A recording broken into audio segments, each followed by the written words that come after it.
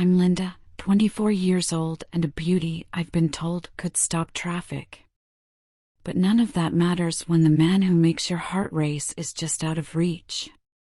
Joseph, my travel companion on this wild, snowy adventure, has been my best friend for years. We're both adventurers at heart, and this trip was supposed to be about exploration and freedom. Instead, it's about something much more dangerous: desire. The snow started falling faster as the road vanished behind us. We knew the forecast warned of a storm, but neither of us thought it would arrive so quickly. With no way forward, Joseph pulled over, his jaw tight as he scanned the whiteout. That's when we spotted it, a small cabin hidden in the woods, like a gift from the storm itself. Inside, Joseph got to work building a fire while I unpacked the essentials. As the flames grew, the room warmed, but nothing could prepare me for the heat I felt when our eyes met.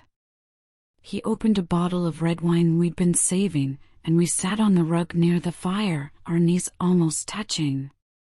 "To survival," he said, raising his glass with a crooked smile that made my stomach flip. "To survival," I echoed, though my mind wasn't on the storm outside. The wine loosened our words, and the hours slipped by as we laughed and shared stories. But beneath the surface, the air between us was charged. His green eyes lingered on mine longer than they should have, and his hand brushed against my arm one too many times to be accidental. I'd always wanted him, more than I'd ever admit. And tonight, under the flickering firelight, I felt something shift. When I told him how much I valued our friendship, his expression darkened slightly, as if the words weren't enough. "Linda," he said, his voice lower than usual. "There's something I need to say." But he didn't finish. Instead, he reached out, his hand brushing a strand of hair from my face. My heart was pounding so loudly I was sure he could hear it. His touch lingered. "You don't have to say it," I whispered, leaning closer until I felt his breath warm against my skin.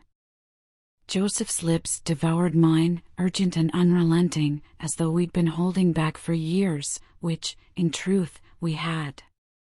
My breath hitched as his hands slid around my waist, pulling me against him.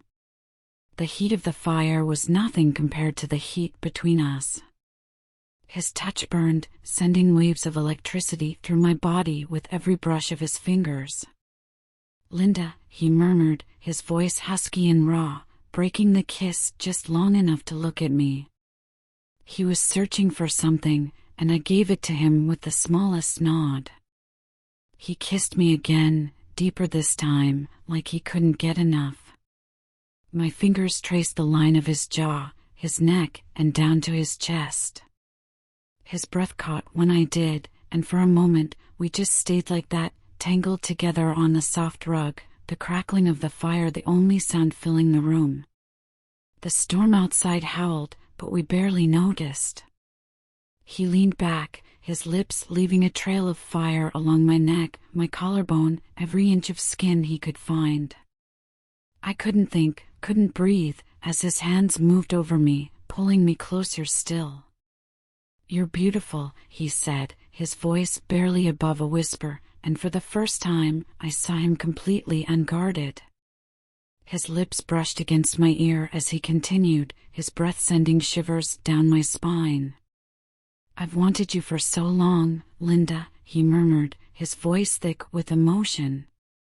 "Every smile, every laugh, it's like you've had me under a spell. You have no idea what you do to me." Time blurred as we gave in to everything we denied for so long. We didn't care about the consequences, didn't care about the morning, just the now. His lips, his hands, the way he whispered my name like it was the only word that mattered, it consumed me. We ended up in the bed tucked into the corner of the cabin, the wine forgotten, the storm raging on outside. His warmth was a comforting presence beside me as the night went on, and I lost track of time, simply enjoying the quiet, the gentle closeness between us. Hours passed, though it felt like minutes, and neither of us could stop.